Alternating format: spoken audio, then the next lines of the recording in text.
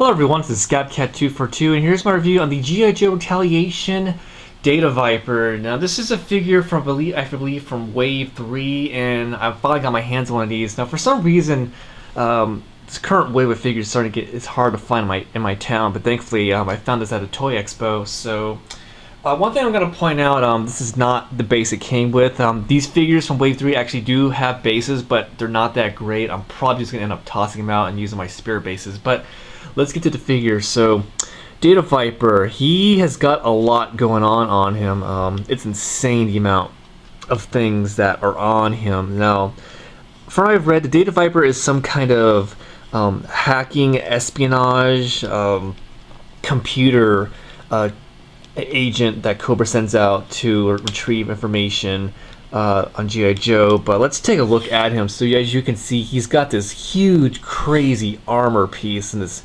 out there helmet and these hacking technology equipment. And then on the back there's more. He has this weird satellite antenna and another longer antenna on him, and it's kind of, and then even on the back he has this little drone thing which I'll get into in a bit. But let's take a look at him. So yeah, so here's the Data Viper.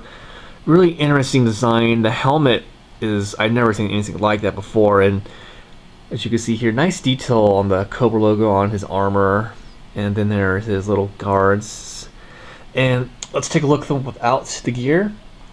And even without the armor, he still looks pretty cool. I like that head sculpt on this thing. I mean, it's something you would see out of Metal Gear Solid, which I like.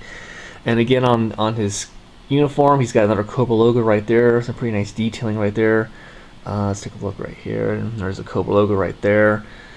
Look on the back, nothing special, but he's got pretty much all the basic articulation as you would expect. Ball, shoulder joints in the legs, not legs, the arms. Ball joint in elbows, does 360. 360 on the wrist, and I think there is a joint in the arms. Okay, waist, a little bit of a crunch. Okay, ball joints in the legs, double jointed knees, and ball joints in the ankles, and it does 360. So this is a pretty cool looking figure. This is one figure I did not mind paying the extra dealer price because he's really cool looking. Let's take a look at his gear. So here is his armor / backpack, and there's a lot of things going on here. So he has on here on his shoulder these shoulder mount cannons. Now I'm not sure if they're cannons or if they're something else, but these are neat. These actually lift up and they go to the side. Let's take a look at that armor a little more.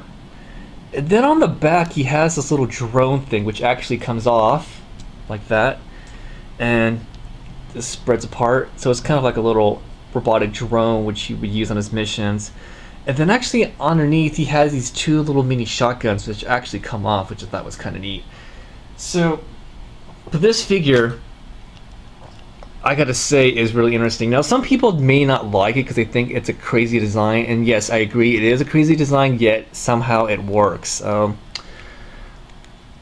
I am really happy to get this figure. Unfortunately, did not get the other figures from the Wave 3 Retaliation line, but he's really cool looking. But I recommend getting him. Yes, definitely, if you're into it's really out there figures for your Joe collection, I definitely recommend picking him up.